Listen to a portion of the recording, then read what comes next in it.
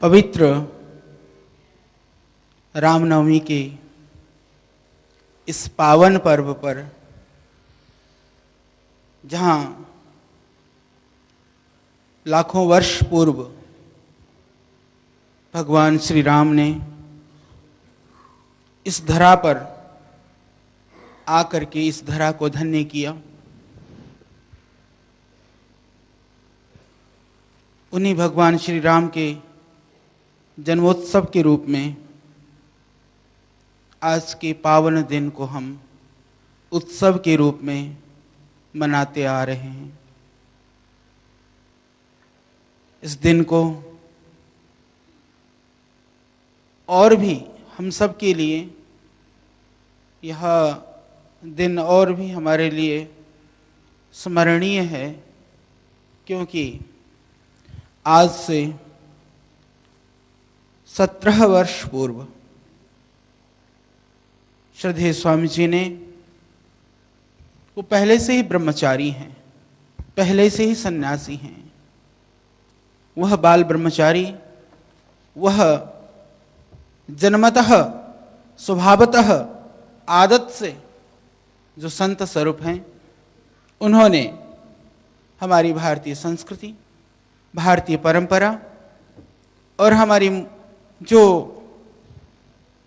चली आ रही जो नियम हैं, जो नीतियां हैं, उनको अक्षुण्ण बनाए रखने के लिए, मैं तो कहूँगा प्रतीकात्मक रूप में ही, कि उससे पहले ही श्रद्धेय स्वामी जी मेरी तरह से श्वेत वस्त्रों में ही होते थे, तो उस दिन विधिवत जिन भगवे वस्त्रों में आज देख रहे हैं धारण करके सन्यास आश्रम की परंपरा में विधिवत दीक्षित हुए, तो वह पावन दिन हम सब के लिए परम गौरवशाली दिवस है। और हम सौभाग्यशाली हैं कि उस पावन दिवस में आज हम को सबको श्रद्धेय स्वामी जी का स्थूल सान्निध्य भी उपलब्ध है, वह प्राप्त है, और पूरे देशवासियों को आज आस्था के माध्यम से, दूसरे चैनलों के माध्यम से उस उपस्थिति को सूक्ष्म रूप से महसूस करने का एक अच्छा मौका मिल रहा है। हम उसको महसूस करें, श्रद्धेय स्वामी जी जिस संकल्प में, जिस भावना में, जिस संवेदना में जीते हैं, हम उसको महसूस कर लें, तो मैं ऐसा मानता हूं कि हमारा जीवन स्वतः ही, जीवन का स्वतः ही कल्याण हो जाएगा। महापुरुष शब्दों से शिक्षा देते हैं, पर शब्दों से कहीं ज्यादा जीवन से शिक्षा देते हैं। मैं वंदन करता हूं ऐसे महापुरुष को। महापुरुषों के विषय में हमने सुना था, ऋषियों के विषय में हमने पढ़ा था, उपनिषद, दर्शन और दूसरे शास्त्रों को पढ़ते हैं तो महसूस होता है कि हमारे ऋषि कैसे थे, हमारे संत महात्मा कैसे थे, हमारे महापुरुष कैसे थे, हमारे अवतारी पुरुष कैसे थे। वहाँ हम पढ़ करके हम महसूस कर सकते हैं, हम भावनाओं से जुड़ सकते हैं, उनसे संवेदनाओं से जुड़ सकते हैं। तो हम सौभाग्यशाली हैं। भावनाओं और संवेदनाओं के साथ साथ हम साक्षात अपने स्थूल इंद्रियों से, नेत्रों से, शब्दों से और वाणी से, व्यवहार से हम जिनका साक्षात्कार कर पा रहे हैं, यह हमारा सौभाग्य है। और ऐसे महापुरुष का, श्रद्धेय स्वामी जी का मैं नमन करता हूँ, वंदन करता हूँ आज के इस पावन दिन पर, क्योंकि गंगा तो अनवरत बहती है। गंगा ने कभी किसी को ना तो दूर किया, वो तो पुकारती है, आवाज लगाती है, कल कल कह करके वर्षों से बहती जा रही है। महापुरुष के अंदर जो दिव्यता होती है, जो उनके अंदर जो ऊर्जा होती है, उस ऊर्जा और उस दिव्यता से भी सौभाग्यशाली लोगों को ही लाभ उठाने का मौका मिलता है। दुर्भाग्यशाली तो राम के समय पर भी रावण था, भगवान कृष्ण के टाइम पर भी कंस था। यदि लाभ उठाते तो वह दूसरी धाराएं ना होती। तो महापुरुष अनवरत अपनी गुणों से, अपनी दिव्यता से संसार को सुगंधित, पुष्पित और पल्लवित होते हुए देखना चाहते हैं। तो दुष्ट लोग उसको विध्वंस करने के लिए भी हमेशा लगे रहते हैं। यदि मैं उसको दूसरे शब्द में कहूँ तो शायद आसुरी पुरुषों से ही महापुरुषों की पहचान है। असुर ना होते तो हम महापुरुषों की पहचान ना कर पाते। तो इसीलिए उन आसुरी शक्तियों को भी मैं आज उनको भी प्रणाम करता हूँ। तो इसीलिए क्योंकि उन्होंने महापुरुष की जो कहीं हमारे को परखने में कमी रह जाती तो उस कमी को उन्होंने पूरी कर दी कि जिससे कि कमी ना रह जाए। तो बात को अभी मैं लंबी ना करता हुआ, क्योंकि मैं सोच रहा था आज क्योंकि रामनवमी का पावन पर्व है तो मन करता है श्रद्धेय स्वामी जी के साथ मेरा सौभाग्य है। मैं अपने आप को बहुत अहो सौभाग्यशाली मानता हूँ।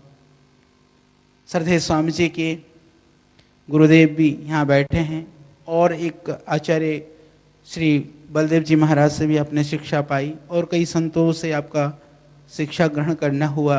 श्रद्धेय स्वामी शंकरदेव जी महाराज ने संन्यास दीक्षा दी। श्रद्धेय माता के कोख में तो आई गुलाब देवी जी। सब कुछ है।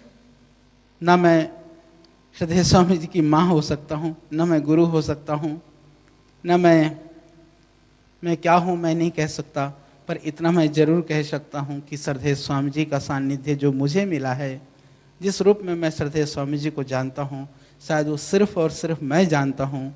यह गर्व और गौरव मुझे है, क्योंकि अनवरत इस यात्रा में, इस जीवन यात्रा में लगभग हम लोगों को मैं समझता हूँ शायद 23 वर्ष पूरे हो चुके। विगत 23 और 24 साल से सबसे ज्यादा, सबसे नजदीक आप श्रद्धेय स्वामी जी के एक रूप को जानते होंगे, एक रूप को देखते होंगे। मैंने उस रूप को भी देखा है, उस रूप को भी जाना है जिसकी कल्पना, क्योंकि सिर्फ आप कार्य और कार्य करते समय की परिणति को महसूस कर सकते हैं, पर किस भाव से, किस संवेदना से, किस गहराई से, किस ऊर्जा से, किस दृढ़ता से, किस संकल्प से श्रद्धेय स्वामी जी अनुप्राणित हैं, वह मुझे गर्व है कि उसको मैं बहुत अच्छी तरह से महसूस कर सकता हूं।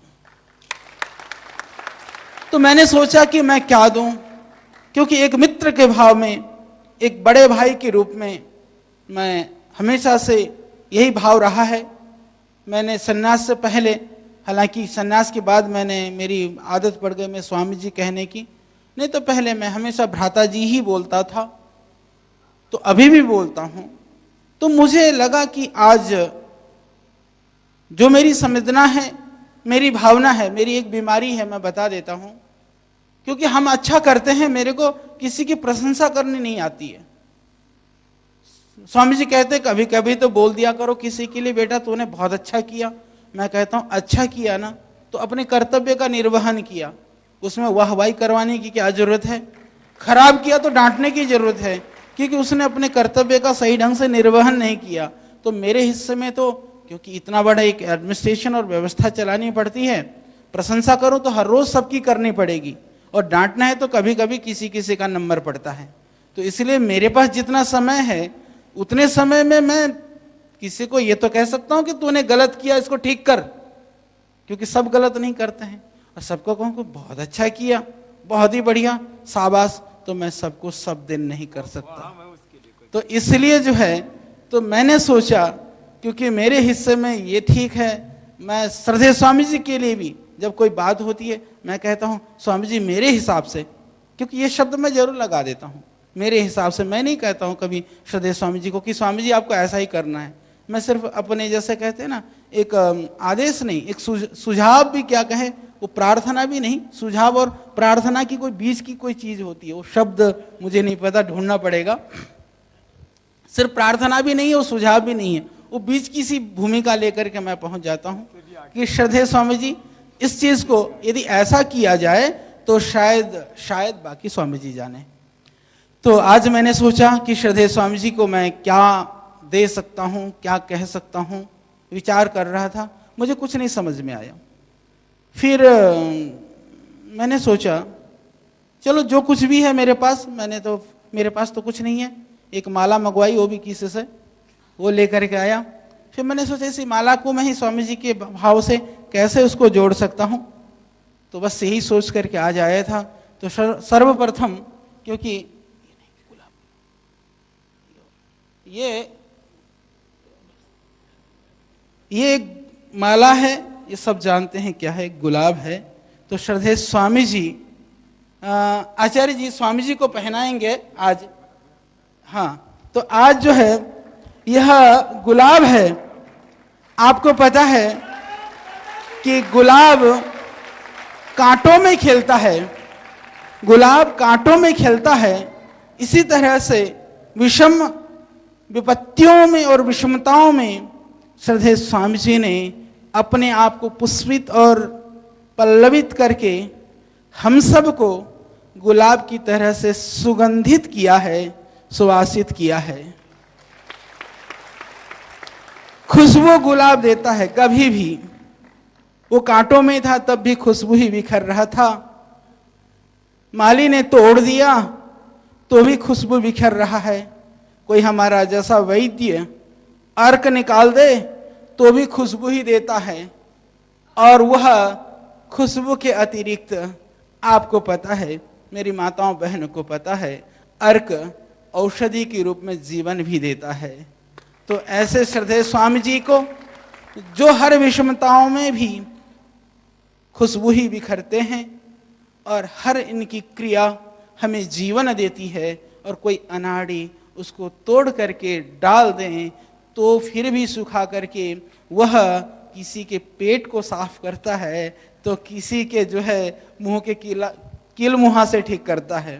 तो ऐसे गुलाब के द्वारा आप समझ सकते हैं किसको स्वामी जी किसकी कब्ज दूर करते हैं और किसकी मुहा से ठीक करते हैं।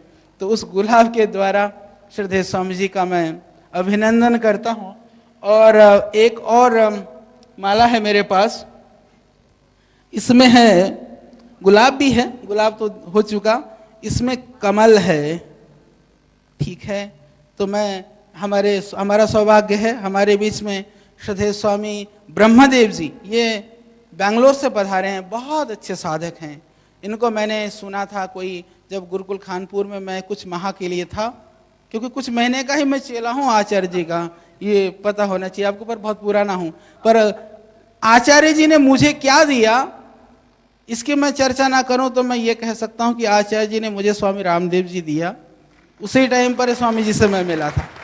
तो इसका योगदान भी 25 साल हो गया। मैं तो वर्ष भी क्योंकि भूल जाता हूं, वो 23 बता दिया, 2 साल कम कर गया मैं। तो मैं चाहूंगा कि स्वामी ब्रह्मदेव जी से कि इस कमल पुष्प को श्रद्धेय स्वामी जी को आशीर्वाद स्वरूप अर्पण करें।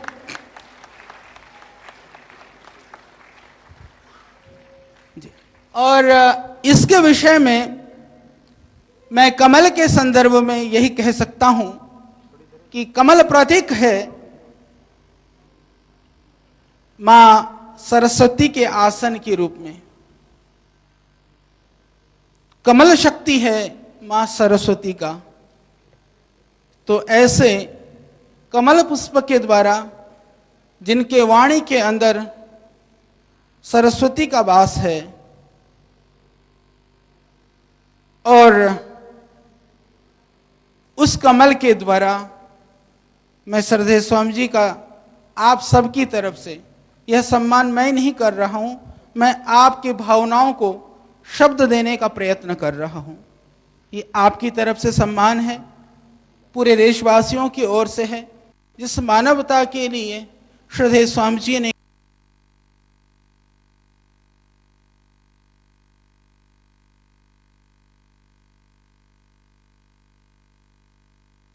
कर रहा हूं।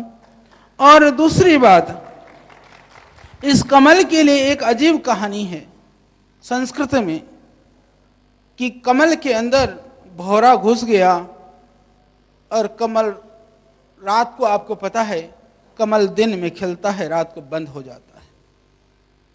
तो रात्रिर्गमिष्यति भविष्यति सुप्रभातम इत्थम विचिंतयति कोशगते दुरेफे, ऐसा शब्द है, श्लोक है। तो उसने कहा कि मैं रात जाने के बाद में सवेरा होगा, फिर कमल खिलेगा, फिर मैं बाहर निकल जाऊंगा। ऐसा सोच करके वो अंदर बैठा हुआ भौरा सोच रहा था।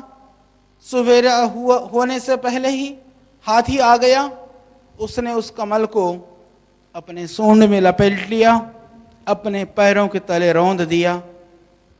ऐसा बेचारा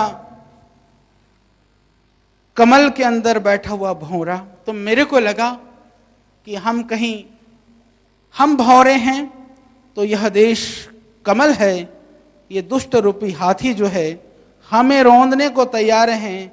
हम प्रतीक्षा कर रहे हैं कि सवेरा होगा, हम इस दुर्दिन से बाहर निकलेंगे, हमारे दिन भी बदलेंगे, अभाव, गरीबी और बेरोजगारी से मुक्ति मिलेगी, चारों ओर खुशहाली होगी, माओवाद, उग्रवाद और आतंकवाद से यह देश मुक्त होगा, भ्रष्टाचार, अत्याचार, अनाचार और रिश्वतखोरी से हम बच जाएंगे। हम ऐसी कल्पना करते करते इस राष्ट्र रूपी कमल के अंदर हम कहीं ना कहीं कल्पना में हैं। परंतु श्रद्धेय स्वामी जी को मैंने कमल प्रदान करते हुए यही सोचा कि श्रद्धेय स्वामी जी उस कमल को उस हाथी के पैरों तले नहीं रौंदने देंगे। वह सवेरा होगा और वह फूल भी खिलेगा और हम भी जीवित और जागृत होंगे। इस रूप में श्रद्धेय स्वामी जी को मैंने एक कमल का हार प्रदान किया। फिर मैं सोच रहा था कि यह तो भावनाओं का एक व्यक्तिकरण है, व्यक्त कर रहा हूं मैं, व्यक्तकरण है। तो सोचा और क्या दूं। तो एक गदा है, धर दो। ये जो गदा है इसका क्या काम है वो आप सब जानते हैं। तो ये गदा कौन देगा, इसको मैं दे देता हूं, क्योंकि खड़ा तो मुझे ही रहना पड़ेगा। तो हमने सुना महर्षि दधीची ने अपने देह को अर्पित कर दिया, किसको, राजा इंद्र को। किस लिए? दधीची ने कहा कि उनकी इतनी हड्डियां मजबूत थी और वो तप के द्वारा तपित होने की वजह से उसके अंदर इतनी ऊर्जा और शक्ति थी कि राक्षसों को हराना है तो इन हड्डियों का वज्र बनाया जाए। वज्र बना करके वज्र के द्वारा इंद्र ने राक्षसों का संहार किया। तो मैंने सोचा स्वामी जी की हड्डियां तो दधीजी की जैसी हैं, पर स्वामी जी यदि अपने आप को वज्र बना लें तो फिर इंद्र कहां से लाएं हम। तो फिर मैंने सोचा कि दधीची हम सब बन जाएं और हमारी शक्ति से श्रद्धेय स्वामी जी इंद्र बन के दुष्टों का संहार करें। इस भाव से मैं ये गदा जो है, ये वज्र स्वामी जी को अर्पित करता हूं।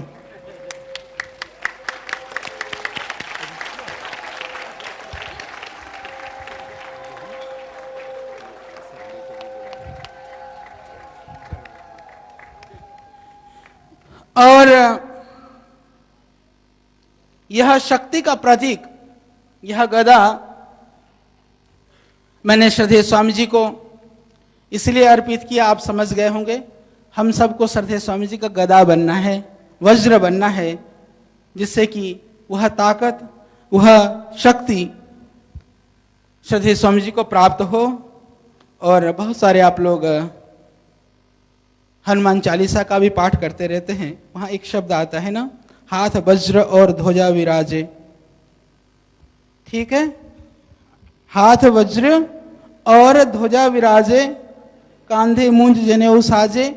मैं सिर्फ एक लाइन की बात करना चाहूंगा, हाथे वज्र और ध्वजा विराजे। अरे भाई, हाथ में ध्वजा लोग, हाथ में वज्र लोगे तो ही देश की ध्वजा खड़ी होगी। ये मेरा अर्थ है, हाँ, उसका अर्थ नहीं है। हनुमान, उस समय ध्वजा में इतनी ताकत थी कि वज्र तो लेकर के हनुमान जी स्वयं ध्वजा में विराज जाते थे, परंतु अब वज्र भी आपको लेना होगा। वज्र यदि आप लेकर के खड़े हो जाओगे तो हनुमान जी महाराज कहते हैं ध्वजा तो अपने आप खड़ी हो जाएगी। तो जो राष्ट्र ध्वज है, राष्ट्र की जो हमारी गरिमा है, राष्ट्र की जो ताकत है, उसको हमें खड़ा करना है। और इस बीच में डॉक्टर शर्ले जी जो है वो सरदेव स्वामी जी का सम्मान करना चाहती हैं। ये हमारे रिसर्च का सारा कार्य देखती हैं। मैं कहूँगा डॉक्टर शर्ले सरदेव स्वामी जी को पुष्प अर्पण करें। और ये आप सबकी तरफ से, सभी माताओं बहनों की तरफ से प्रतीकात्मक रूप से तो ये दे रही हैं। इनका बहुत बहुत धन्यवाद। और सब कुछ करने के बाद में भी मैं सोच रहा था कि सरदेव स्वामी जी जैसे हमेशा कहते हैं कि मैं एक सन्यासी होने से भी पहले एक इस राष्ट्र का नागरिक हूँ, उस नागरिक का कर्तव्य का मुझे निर्वहन करना है। इसीलिए श्रद्धेय स्वामी जी दिन रात एक करके लगे रहते हैं, ना दिन देखते हैं ना रात देखते हैं। यहां एक विचारने की बात है, श्रद्धेय स्वामी जी के मन में हमेशा ये भाव क्यों रहता है, मुझे देश के लिए जीना है, देश के लिए मरना है, मुझे लोगों के लिए ही कुछ करना है। कभी कभी जब मैं खींच जाता हूं तो मुझे कहना पड़ता है कि महाराज जी थोड़ी बहुत अपने लिए सोच लो, शरीर के लिए ही सोच लो।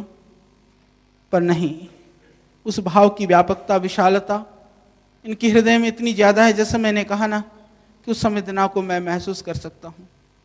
पर उस ऊर्जा का स्रोत हमारी संस्कृति, हमारी परंपरा उन ऋषियों को जाता है, उस परंपरा को जाता है। अनादिकाल से, सृष्टि के आदि से, ब्रह्मा जयमनी से लेकर के महर्षि दयानंद से लेकर के उस संन्यास परंपरा को, संत परंपरा को जाता है। तो संत के उस संतत्व की वजह से इनके अंदर राष्ट्र के लिए मरने मिटने की भावना है। एक सन्यासी ही एक ऐसी बात कह सकता है। तो उसके प्रतीक में मैंने सोचा था कि उसके लिए कि मैं क्या उसको किस रूप में वो करूं। तो सब कुछ होने के बाद में भी बाबा तो बाबा ही है। तो मैं ले आया इस माला को, और इस माला की कहानी भी मैं बताऊंगा। तो ये भी गुरुजी ही पहना दें, ठीक रहेगा।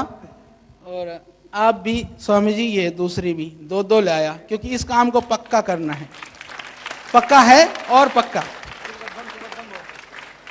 और इस विषय में भी बस यह श्रद्धेय स्वामी जी को रुद्राक्ष की माला देते हुए, पुराणों में ऐसा लिखा है, रुद्राक्ष की उत्पत्ति दुष्टों की दुष्टता को देख करके भगवान शंकर के आंसू में जो रौद्र रूप से आंसू निकले थे, उन आंसू से रुद्राक्ष की उत्पत्ति हुई थी, ऐसा कहा जाता है। तो दुष्टों के संहार के लिए, लोगों की पीड़ा को देख करके जिसके आंखों में आंसू हो, तो दुष्टों के संहार करने के लिए वो आंसू भी सहायक बनते हैं। उसका प्रतीक है यह रुद्राक्ष।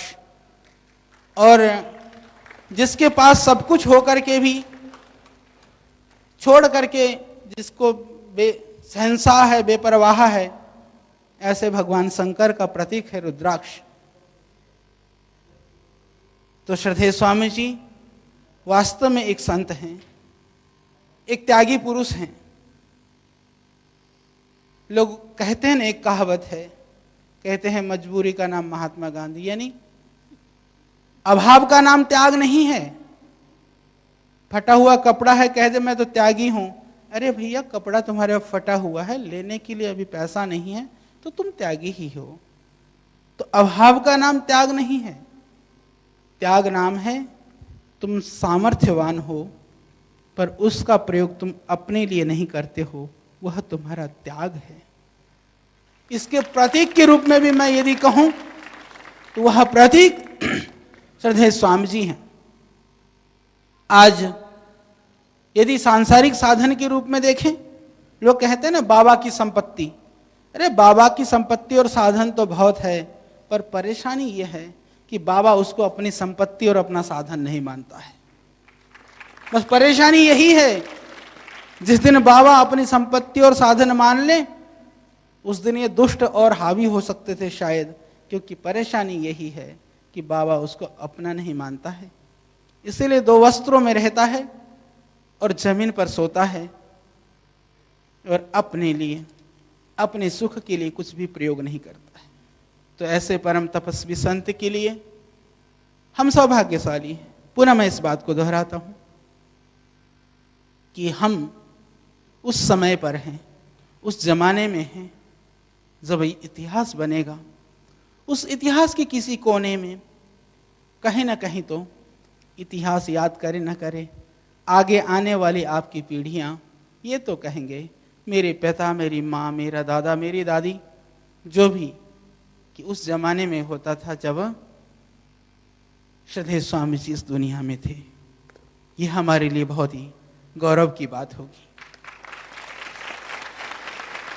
और सन्यास लेते हुए, क्योंकि आज का दिन श्रद्धेय स्वामी जी का सन्यास दिवस है, और मैं सोच रहा था कि स्वामी जी आज बालिग हो गए हैं। हाँ, 18 साल को बालिग माना जाता है हमारे यहाँ, तो 17 साल पूरे कर लिए, 18 शुरू हो गया है तो 18 साल का होने के बाद जो है 18 साल में हो जाता है। तो यह भी हमारे लिए, क्योंकि लोगों ने हमारा जन्मदिन तो मनाना शुरू कर दिया, पर हम स्वामी जी का जन्मदिन, संन्यास दिन, भगवान राम का जन्मदिन, सब महापुरुषों का जन्मदिन सब आज ही मना लेते हैं हम। तो उस रूप में भी श्रद्धेय स्वामी जी को हम सब की ओर से बहुत बहुत मैं वंदन और प्रणाम करता हूँ।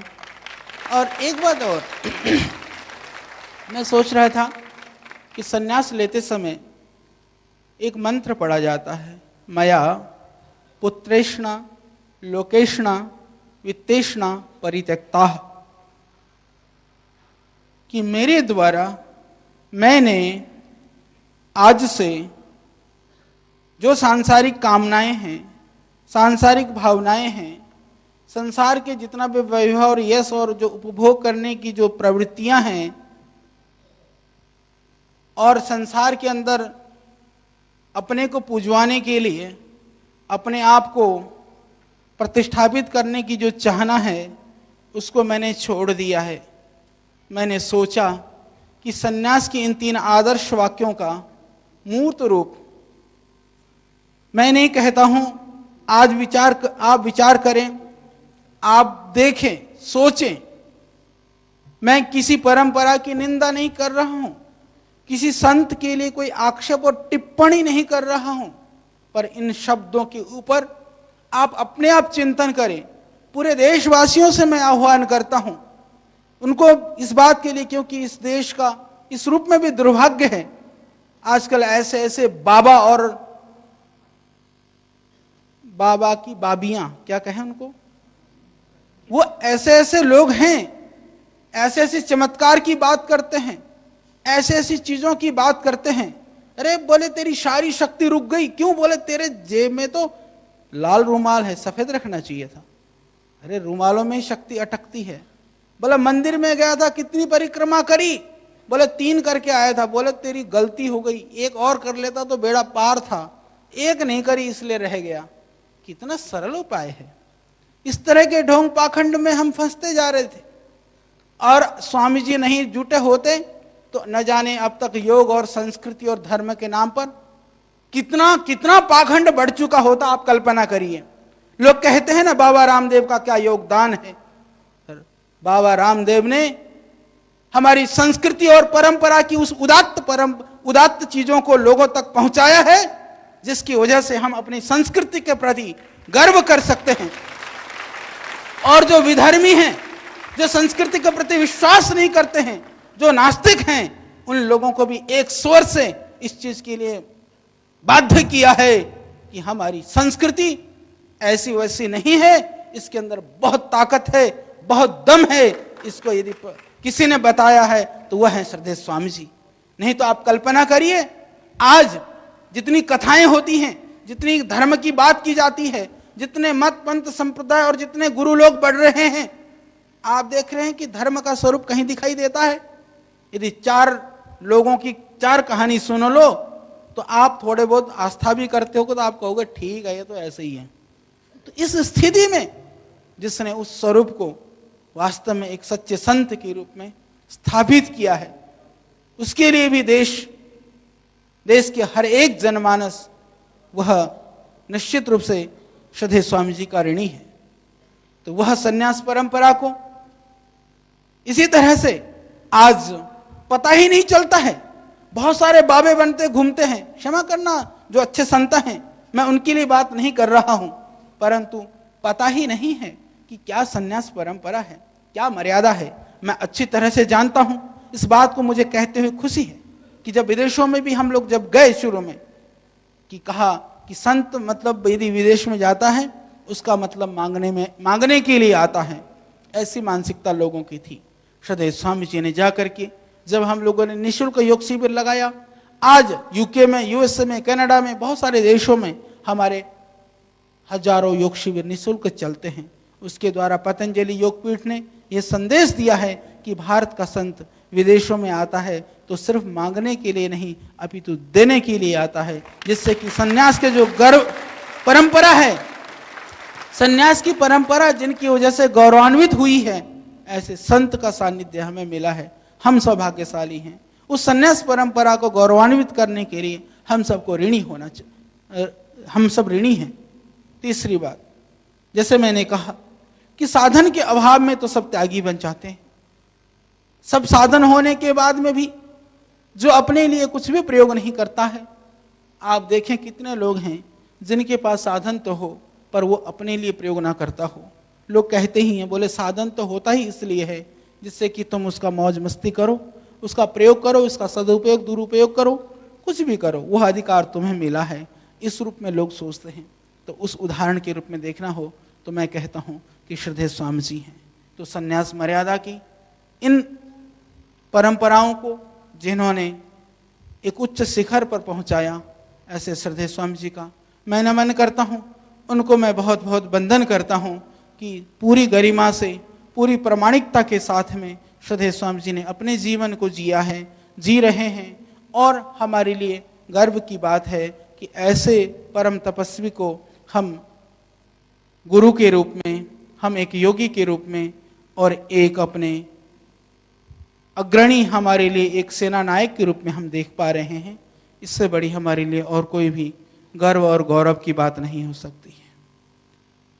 समय जा रहा है, बहुत हमने समय को व्यतीत कर दिया है। एक बात मैं और कहना चाहता हूं। मैं सोच रहा था मैं क्या कहूं, तो मैं आपको एक चीज कहना चाहता हूं कि लोग कहते हैं कि 4 जून को बाबा ने गलती की। मैं कहता हूं हाँ, गलती की बाबा ने, बहुत बड़ी भूल की। भूल यह किया कि उन गद्दारों को, अत्याचारियों को, भ्रष्टाचारियों को, उन हत्यारों को हमने सोचा था। श्रद्धेय स्वामी जी ने यह भूल की, ये हमारे अपने हैं, हमारे देश के भाई हैं, हमारे देश के बंधु हैं। देश की पीड़ा को लेकर के मैं उनके पास जा रहा हूं, तो यह सहजता से उन बात को मान लेंगे। यह श्रद्धेय स्वामी जी ने भूल किया। श्रद्धेय स्वामी जी यदि ऐसा सोचते कि यदि इतनी संवेदना इनके अंदर होती, देशवासियों के लिए पीड़ा होती, तो जिन चीजों को श्रद्धेय स्वामी जी लेकर के जा रहे हैं वो पहले ही कर चुके होते। वो नौबत ही कहां आती। यदि श्रद्धेय स्वामी जी इतना भी सोच पाते तो उस दिन हमारी जो तैयारी है वो दूसरी तरह की होती। मैं ऐसा मानता हूं अपनी तरफ से। तो अब हमने ठान लिया है कि इस देश में भ्रष्टाचार का जनक कौन है। हमने अब जान लिया है कि जो काला धन विदेशों में जमा है उसका कौन पोषक है। तो हमें अब इनसे अपनेपन से नहीं, अधिकार से, अपनेपन से तो हमने सुना था, हम पढ़ते थे, बोले माँ भी दूध तब पिलाती है जब बच्चा रोना शुरू कर देता है।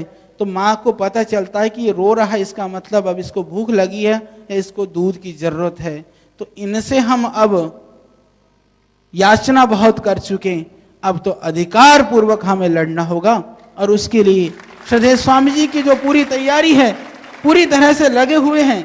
एक बात मैं और बताता हूं, लोग कहते हैं कि बाबा को क्या पड़ी थी, इतने 4 मंत्री आए थे लेने के लिए, स्वागत के लिए। क्योंकि आज के दिन मैं इस पीड़ा को जरूर आपके सामने रखना चाहता हूं। मैं आपकी जानकारी के लिए बता दूं, 2007-8 में एक महा आंदोलन इस देश में हुआ था। बहुत लोग उस अतीत को जानते हैं। हमारी फार्मेसी को लेकर के, हमारी दवाइयों को लेकर के एक देवी जी ने बड़ी कृपा की थी। उसके बाद में हमारी दवाइयों की जो मांग है, जिनको पता नहीं था बाबा के पास फैक्ट्री है कि नहीं है, उन्होंने भी पूरी फैक्ट्री को देखा चैनलों के माध्यम से, और लोगों को पता चला कि उनके पास तो इतना संसाधन है और आयुर्वेदिक दवाइयाँ जन जन तक पहुँची। उस समय इन लोगों ने 2007-8 में रीजनल इकोनॉमिक्स इंटेलिजेंस कमेटी बना करके पूरी इंक्वायरी की थी। ये मैं आपकी जानकारी के लिए बता रहा हूँ। सरकार ने पूरी ताकत लगा करके जितनी तरह की जांच हो सकती हैं, फाइनेंशियल, वित्तीय, व्यवस्थागत जो भी इनकी एजेंसियां हैं, सब लगा करके इन्होंने जांच की थी। जांच करने के बाद में इनको कुछ नहीं मिला तो ही हम सीना तान करके शेर की तरह खड़े रहे। यदि बाबा गड़बड़ होता तो तुम्हारे को शंका करने की जरूरत नहीं है। सरकार ने पूरी ताकत लगा ली थी, तभी पता चल जाता, और बाबा जहां बैठा है ना आज वहां ना होता। मैं इसलिए देशवासियों से इस बात को कह रहा हूं, कहा जून में 4 मंत्री मिलने के लिए गए। 4 मंत्री इसी तरह से मिलने के लिए नहीं आए थे। मैं आपकी जानकारी के लिए बता देना चाहता हूं, उससे पहले ही श्रद्धेय स्वामी जी ने जब यह आंदोलन शुरू किया था, उन लोगों ने जो है national intelligence income tax inquiry को बैठा दिया था। उसके अंदर 3 कमिश्नर लेवल के लोग होते हैं। पूरी जांच की गई थी कि बाबा का सिस्टम क्या है, बाबा की संस्था क्या है, टैक्सेशन वगैरह को लेकर के बाबा की स्थिति क्या है। यदि कहीं कमी मिलती तो 4 मंत्री मिलने के लिए नहीं आ रहे होते, बाबा के यहाँ ताबड़तोड़ छापे हो रहे होते और सारी ये सब पतंजलि के अंदर ये बुलडोजर चला देते पहले ही। वो मिलने के लिए श्रद्धा से नहीं आए थे, भक्ति से नहीं आए थे, भावना से नहीं आए थे, सिर्फ डर के मारे आए थे कि बाबा का जो सिस्टम है वह स्ट्रांग है, लोगों की श्रद्धा बाबा के साथ है, लोगों की भावना बाबा के साथ है और इनके संस्थान में कोई भी अनियमितता नहीं है। ये पक्की जांच करने के बाद में वो लोग पहुंचे थे। मैं ये आपकी जानकारी के लिए बता रहा हूं। ये जो है, जो नेशनली इंटेलिजेंस जो कमेटी होती है, ये जो कमेटी बहुत सीक्रेट, बहुत ही गोपनीय ढंग से जांच कराई जाती है। वो तो हमें पता चल गया, ये कोई ओपन जांच नहीं होती है, ये अंदर अंदर जांच बैठा दिया जाता है। सारे डिपार्टमेंट से सब जानकारियां ली जाती हैं, उसको क्रॉस चेक कर करके मिलान किया जाता है। इस तरह की जांच हमारी हो चुकी है, क्योंकि मुझे अच्छी तरह से पता है, इसलिए मैं यहाँ से पूरे दावे के साथ इस बात को कह रहा हूँ। उसके बाद में वो लोग आए थे, तो सब कुछ करने के बाद में वो आए। आने के बाद में भी जो है वो यहाँ आने वाले नहीं थे, मंत्री मिलने ना आते, छापे वाली टीम को यहाँ भेज देते। तो उन्होंने जांच कर ली थी। उसके बाद में मेरे को बड़ा कहते हुए बड़ा वो लगता है अटपटा कि अभी भी उसी पार्टी के कुछ लोग कहते हैं कि बाबा बताएं बाबा की संपत्ति कहां से आई। अरे बाबा की संपत्ति तो लोगों ने टैक्स पेड मनी दिया, तो हमने रसीद दिया, उसी काम के लिए लगाया। यदि हमने दवाइयां और दूसरे कार्यों से इसको खड़ा किया तो उसका विधिवत हम टैक्स देते हैं, सब टैक्स चुकाते हैं। टैक्स हम इतना देते हैं, मैंने अभी 3 दिन पहले एक ड्रामा किया गया कि एक छोटी सी चीज को लेकर के, मैं इस बात को इसलिए कह रहा हूं क्योंकि ये जानना जरूरी है आप लोगों को। और हम जिस तरह से दूसरे लोग जो ईमानदार संस्थाएं, जो गवर्नमेंट की लाइबिलिटीज हैं, जो भी उनकी अर्हताएं होती हैं उसी तरह से हम पूरी तरह से पूरा करते हैं, अच्छी तरह से। तो एक सूत्रीय ढंग से यह प्रयत्न किया गया कि बाबा को किसी भी तरह से बाबा को बदनाम करो। तो इस तरह की अनर्गल बातें करके पूरी ताकत लगा करके, उसके बाद पता है आपको 4 जून के बाद में इन्होंने कितनी ताकत लगाई। पर मुझे इस बात को कहते हुए खुशी है कि जितना जितना वो विष बुझे हुए तीर बाबा की ओर फेंकते हैं, वह तीर बाबा के पास पहुंचते पहुंचते वह पुष्प बन जाता है। यह आप सबकी वजह से, क्योंकि उसको पुष्प बनाने के लिए पूरे देश की जो ऊर्जा है, शक्ति है, जो सात्विकी शक्तियां हैं, वह श्रद्धेय स्वामी जी के साथ खड़ी हैं। तो सब कुछ करके भी ये ज्ञात इतिहास में कभी किसी भी व्यक्ति ने इतने मुखरता से, इतनी प्रखरता से सरकार की गलत नीतियों का विरोध कभी किसी ने नहीं किया। क्योंकि सरकार राजा है, परंतु उस राजा की गलत चीजों को भी श्रद्धेय स्वामी जी ने इस मुखरता के साथ रखा। तो एक संत का, एक सन्यासी के कर्तव्यों का निर्वहन किया। तो अब मैं इसलिए इस सारी बातों को कह रहा था, सिर्फ इसलिए मैं इस बात को कह रहा हूं क्योंकि हमारे मन में, पूरे देशवासियों से मैं आह्वान करता हूं, करोड़ों करोड़ों भाई बहनों के मन में अब कोई शंका नहीं है, किसी तरह से कोई संशय नहीं है। परंतु जिनके मन में शंका और संशय है, उनको भी शंका और संशय करने की जरूरत नहीं है कि वर्तमान में जो व्यक्ति है वह क्या है, उसको जानने के लिए उसका अतीत ही काफी है। जिसने इतनी संघर्षों से, इतनी विषमताओं से, इतनी विपत्तियों से और संपूर्ण जो शक्तियां हैं, उन आसुरी शक्तियों के खिलाफ होकर के यदि अपने आप को खड़ा किया है, तो इससे बड़ा प्रमाण और कुछ नहीं हो सकता। आप क्या जांच करोगे, आप क्या इंक्वायरी करोगे, फिर हम ये कहें कि नहीं बाबा को ऐसा करना चाहिए था। मैं एक निवेदन करता हूं कि हम, जो मैंने वज्र देते हुए कहा था, हम सब बाबा के वज्र बन जाएं। बाबा जिधर बजाए बजाने दो, हम तो निमित्त मात्र बन जाएं, करने तो बाबा को दे दो, हो जाएगा वह काम। वज्र ये सोचे कि नहीं मेरे प्रहार तो सर पे करो, मेरा हाथ पे करो, मेरे पैर पे करो, तो वज्र चलाने वाला कभी उस वज्र को नहीं जला पाएगा। यदि हमने अपने आप को विश्वास से श्रद्धेय स्वामी जी को सौंप दिया है, तो पुनः मैं कहता हूं कि वहां अविश्वास कभी ना आ पाए। शास्त्रों में लिखा है कि संशय आत्मा विनश्यति, पर उससे पहले हमने एक चीज जोड़ा कि संशय न विजानीते, दुनिया को जानना हो, किसी अनजान से जान पहचान करनी हो, तो पहले थोड़ी शंका जरूर करनी चाहिए कि अनजाना है, ये पता नहीं कौन है। एक बार जान लिया, 2 बार जान लिया, 3 बार जान लिया, फिर तो समर्पित होना ही रह जाता है। फिर शंका करोगे, फिर उसका तो कुछ नहीं बिगड़ेगा जिसके ऊपर शंका कर रहे हो, पर हमारा बहुत नुकसान हो जाएगा, इस देश का बहुत नुकसान होगा, हमारी संस्कृति और परंपरा का बहुत नुकसान होगा, करोड़ों देशवासियों को जो खुशहाल जीवन दिलाने का जो स्वप्न है वह नुकसान होगा। वह हमें नहीं होने देना है। इसलिए श्रद्धेय स्वामी जी के प्रति पूरे समर्पण और पूरी शक्ति भाव से हमें पीछे लग जाना है। इससे बड़ी क्या बात हो सकती है। जितने लोग गाली देते हैं ना श्रद्धेय स्वामी जी को, ये बहुत विचित्र बात है। सोचो, विचारो, बहुत मजेदार बात है कि जितने लोग गालियां देते हैं उनमें से ज्यादा नहीं तो 90% सुबह सुबह श्रद्धेय स्वामी जी का प्राणायाम और योग करते हैं। यानी गाली देने का जो ताकत है, योगी कौन होता है? योगी कौन होता है? योगी वही होता है, वो सज्जनों को तो देता ही है, दुष्टों को भी इतना देता है कि उसकी दुष्टता के लिए ऊर्जा भी वहीं से प्राप्त होती है। सुबह गाली जो है, सुबह सुबह प्राणायाम करते हैं, योग करते हैं, ऊर्जा प्राप्त करते हैं, और दिन भर जो है फिर उस ऊर्जा का प्रयोग जिसने दिया है, क्योंकि वो असुर है ना, असुर कृतज्ञ नहीं होते हैं, वो कृतज्ञ न होते हैं, तो असुरत्व की वजह से उनकी वो मजबूरी है।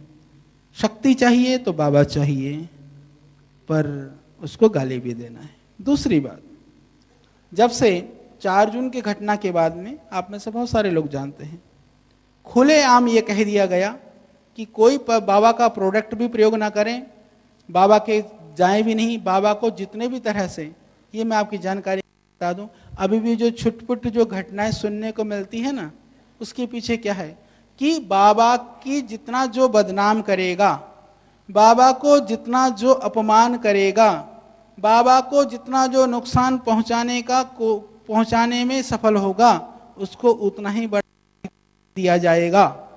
ये पूरी घोषणा है, ये आप सब जानते हैं। उसके बाद में भी बाबा को क्या कर पाए ये भी आप जानते हैं। तो इतनी चुनौतियों में, इतने संघर्षों में, इतनी प्रतिकूलताओं में, इतनी विषमताओं में भी एक तरह से दृढ़, अटल, अड़िग और पूरी ऊर्जा और पूरी शक्ति के साथ कोई खड़ा है तो वह श्रद्धेय स्वामी जी हैं। इसलिए मैं कहता हूं, यदि चूक गए, यदि आलस्य प्रमाद में रह गए तो यह समय कभी नहीं आएगा, समय नहीं आएगा तो इतिहास आपको कभी माफ नहीं करेगा। इसलिए हमें चुकना नहीं है, इसीलिए हमें आलस्य और प्रमाद में सोना नहीं है, हमें जागृत होना है। जब ये बात हुई कि बाबा का प्रोडक्ट भी कोई प्रयोग नहीं करेगा, हम बाबा का दंत कांति एक बार कर लिया तो दूसरे का टूथपेस्ट तो पसंद आता नहीं है। मैं सच बताता हूं आपको, कुछ समय पहले किसी नेताजी का फोन आया कि आचार्य जी वो टूथपेस्ट आपका बहुत अच्छा है। मैंने कहा जी बिल्कुल अच्छा है। तो बोले एक थोड़ी सी मजबूरी है, आप एक काम कर दें। मैंने सोचा पता नहीं क्या मजबूरी है। कहा कि टूथपेस्ट भिजवा तो दो, आप 200-300 ट्यूब भर के भिजवा दो, पर बिना लेबल वाली भिजवा सकते हैं क्या आप? मैंने कहा बिल्कुल। तो आप समझ गए होंगे बिना लेबल वाली टूथपेस्ट क्यों चाहिए था।